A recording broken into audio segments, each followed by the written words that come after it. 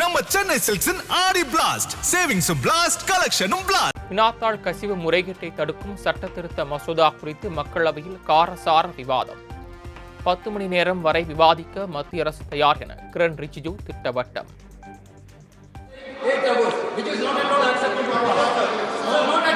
वेणु जी एक मिनट मैं बताता हूँ सर। आप आपस में आपने घोषणा किया कि इस विधायक पे 6 घंटे का आप टाइम देना चाहते हैं, फिर भी आप सदन के नेता सब मिलकर के बात कीजिए। आपने वहां से एक निर्देशन दिया था।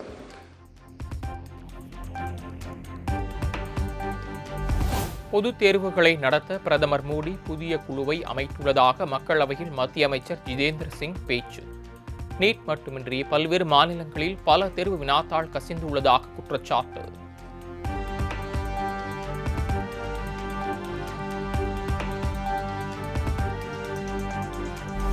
முகநூலில் இருந்த பிரதமர் மோடியின் பதிவு தவறுதலாக நீக்கப்பட்டதாக மெட்டா நிறுவனம் விளக்கம் அளித்துள்ளதாக தகவல். பிரதமரின் வீடியோ நீக்கம் குறித்து மத்திய மின்னணு மற்றும் தகவல் தொழில்நுட்ப அமைச்சகம் சம்மன் அனுப்பிய நிலையில் விளக்கம்.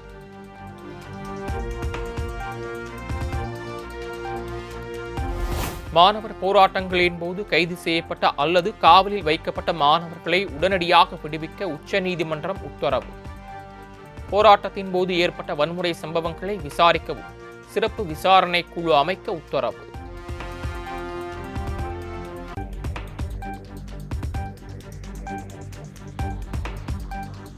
நாம் தமிழர் கட்சி ஒருங்கிணைப்பாளர் சீமான் குறித்து அவதூறு கருத்து கூறிய யூடியூபர் மீது ஏன் நடவடிக்கை எடுக்கவில்லை?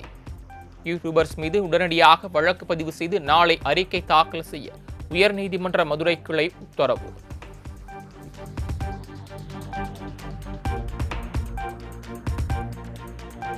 தேர்தலில் வெற்றியோ தோல்வியோ சீமான் தமிழகத்தில் தவிர்க்க முடியாத ஒரு தலைவர். சீமானுக்கு எதிரான அவதூறு வழக்கில் உயர்நீதிமன்ற மதுரை கிளை நீதிபதி விக்டோரியா கௌரி கருத்து.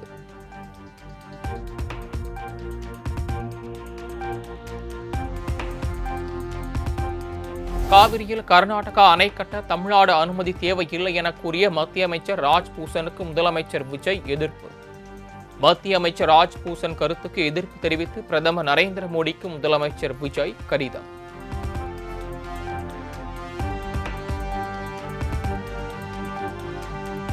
தமிழகத்தில் இருந்து கேரளாவுக்கு கனிம வளங்கள் கொண்டு வருவது குறைந்துவிட்டது என முதலமைச்சர் விஜய்க்கு கேரள முதலமைச்சர் சதீசன் கடிதம்.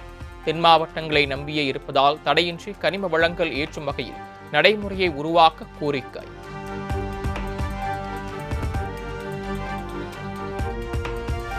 மேகதாது அணை விவகாரத்தில் மத்திய அமைச்சர் புரிதலின்றி பேசுகின்றார் என அமைச்சர் என் ஆனந்த் கருத்து. மேகதாது விவகாரத்தில் சட்ட வல்லுநர்களுடன் ஆலோசித்து சட்டப்படி நடவடிக்கை எடுக்கப்படும் என உறுதி. மாண்பு அமைச்சர் அவர்கள் புரிதல் இல்லாமல் சொல்லியிருக்கிறாரு. சட்ட வல்லுநர்கள் கலந்து ஆலோசித்து முடிவெடுக்கும்.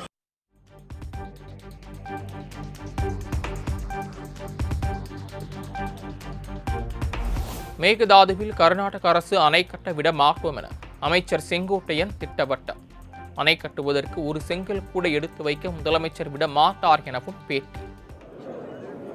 தமிழ்நாட்டுடைய முதலமைச்சரை பொறுத்தவரையிலும் அவருடைய கனவிலே இருப்பது காவிரி டெல்டா பகுதியினுடைய நீரை, மழை நீரை வெள்ளம் பெருக்கெடுத்து வருகிற போது அது வருகின்ற நீரை மேகதாது அணை போன்ற அணைகளை கட்டுவது ஒரு செங்கல் கூட எடுத்து வைப்பதற்கு அனுமதிக்க மாட்டார்.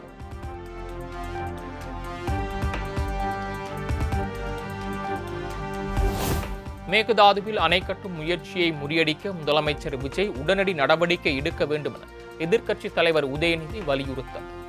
இனியும் காலம் தாழ்த்தினால் தமிழ்நாட்டு விவசாயிகளின் வாழ்வாதாரம் முற்றிலும் பறிபோகும் என்றும் எக்ஸ் தளத்தில் பதிவு.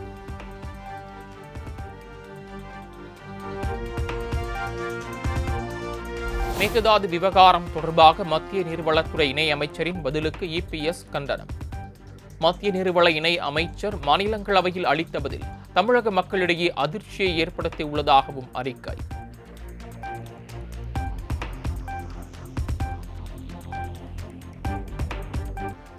தமிழ்நாட்டு விவசாயிகளின் உரிமைகளையும் நலன்களையும் மத்திய அரசு புறக்கணிப்பதாக வி த லீடர்ஸ் இயக்க தலைவர் அண்ணாமலை கருத்து.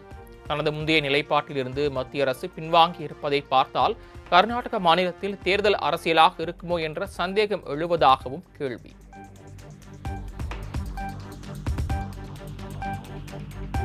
நெல்லை மனோன்மணியம் சுந்தரனார் பல்கலைக்கழக பட்டமளிப்பு விழாவில் 3வது இடத்திற்கு தள்ளப்பட்ட தமிழ்தாய் வாழ்த்து.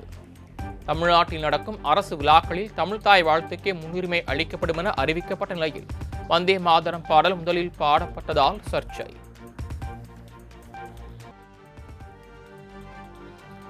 நெல்லை மனோன்மணியம் சுந்தரனார் பல்கலைக்கழக பட்டமளிப்பு விழாவை புறக்கணித்த உயர்கல்வித்துறை அமைச்சர் விஸ்வநாதன். நிர்வாக காரணங்களுக்காக அமைச்சர் பட்டமளிப்பு விழாவில் பங்கேற்கவில்லை என துணைவேந்தர் விளக்கம்.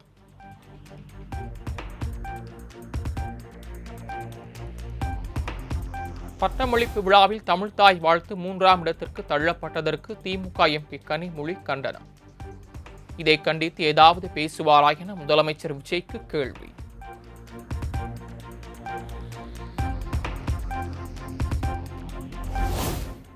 தமிழ்தாய் வாழ்த்தை 3ஆவதாக பாடப்படுவதை அனுமதிக்க முடியாது என அமைச்சர் CTR நிர்மல்குமார் பேச்சு. நெல்லை பட்டமளிப்பு விழாவில் தமிழ்தாய் வாழ்த்து 3வது இடத்திற்கு தள்ளப்பட்ட நிலையில் கருத்து.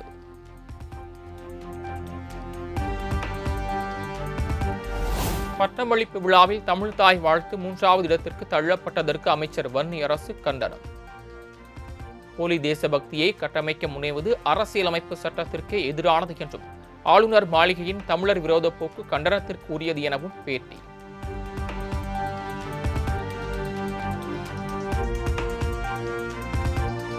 நெடுஞ்சாலைத்துறை முறைகேடு தொடர்பான வழக்கில் முன்னாள் அமைச்சர் ஏவா வேலுவுக்கு எதிராக லுக் அவுட் நோட்டீஸ் ரத்து. வெளிநாடு செல்லும் முன் நீதிமன்ற அனுமதியை பெற வேண்டும் எனவும் சென்னை உயர்நீதிமன்றம் உத்தரவு.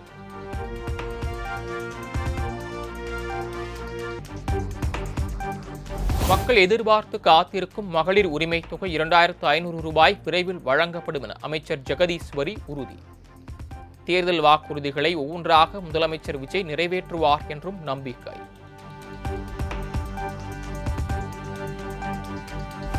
அங்கீகாரம் பெற்று தருவதாக தனியார் பள்ளிகளிடம் மோசடி செய்த வழக்கில் இதுவரை 158 பள்ளிகள் தரப்பில் புகார் அளிக்கப்பட்டுள்ளன. 16 கோடி ரூபாய்க்கு மேல் மோசடி நடந்துள்ளதாகவும் 60க்கும் மேற்பட்ட வங்கிக் கணக்குகள் முடக்கப்பட்டுள்ளதாகவும் சென்னை மத்திய குற்றப்பிரிவு போலீசார் தகவல்.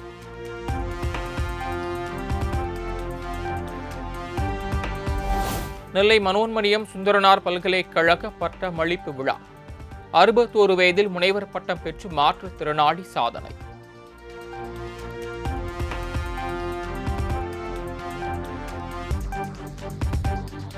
தாவேக ஆட்சியை கவிழ்க்க சதி செய்ததாக பதிவு செய்யப்பட்ட வழக்கு. திருவல்லிக்கேணி காவல் நிலையத்தில் 4வது நாளாக ஆஜரான செந்தில் பாலாஜி மற்றும் அவரது சகோதரர் அசோக் குமாரிடம் போலீசார் விசாரணை.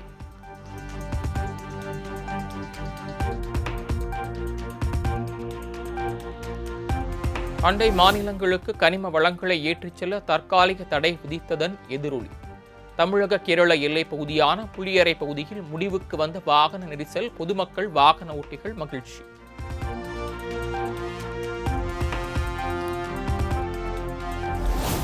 அண்டை மாநிலங்களுக்கு கனிம வளங்கள் அனுப்புவதற்கு 3 மாதம் தடை விதித்த தமிழக அரசுக்கு மணல் லாரி உரிமையாளர்கள் சம்மேளனம் பாராட்டு.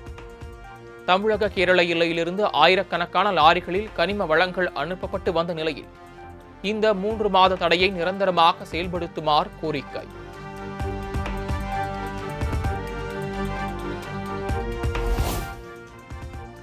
சென்னை தலைமை செயலகத்தில் நேற்று போராட்டம் நடத்திய விவசாய சங்கத்தினருடன் அமைச்சர் வினோத் சந்திப்பு. ஐயாக்கண்ணு உள்ளிட்ட விவசாய சங்க நிர்வாகிகளுடன் பேச்சுவார்த்தை.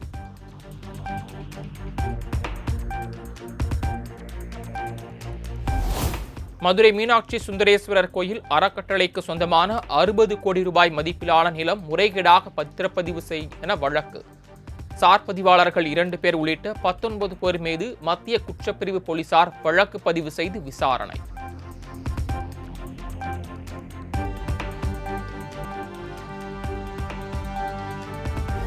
சேலம் வாழப்பாடி மகளிர் காவல் நிலையத்தில் பூக்கட்டும் மகளிர் காவலர்கள்.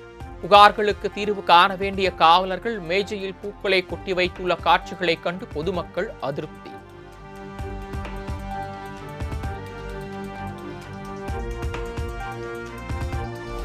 சிவகாசி சுக்கிரிவார்பட்டியில் அட்டை மற்றும் காகிதம் தயாரிப்பு ஆலையில் பயங்கர தீ விபத்து. பல லட்சம் ரூபாய் மதிப்பிலான உபகரணங்கள் தீயில் கருகி சேதம். நம்ம சென்னை சில்க்ஸின் ஆடி பிளாஸ்ட் சேவிங்ஸும் பிளாஸ்ட் கலெக்ஷனும் பிளாஸ்ட்.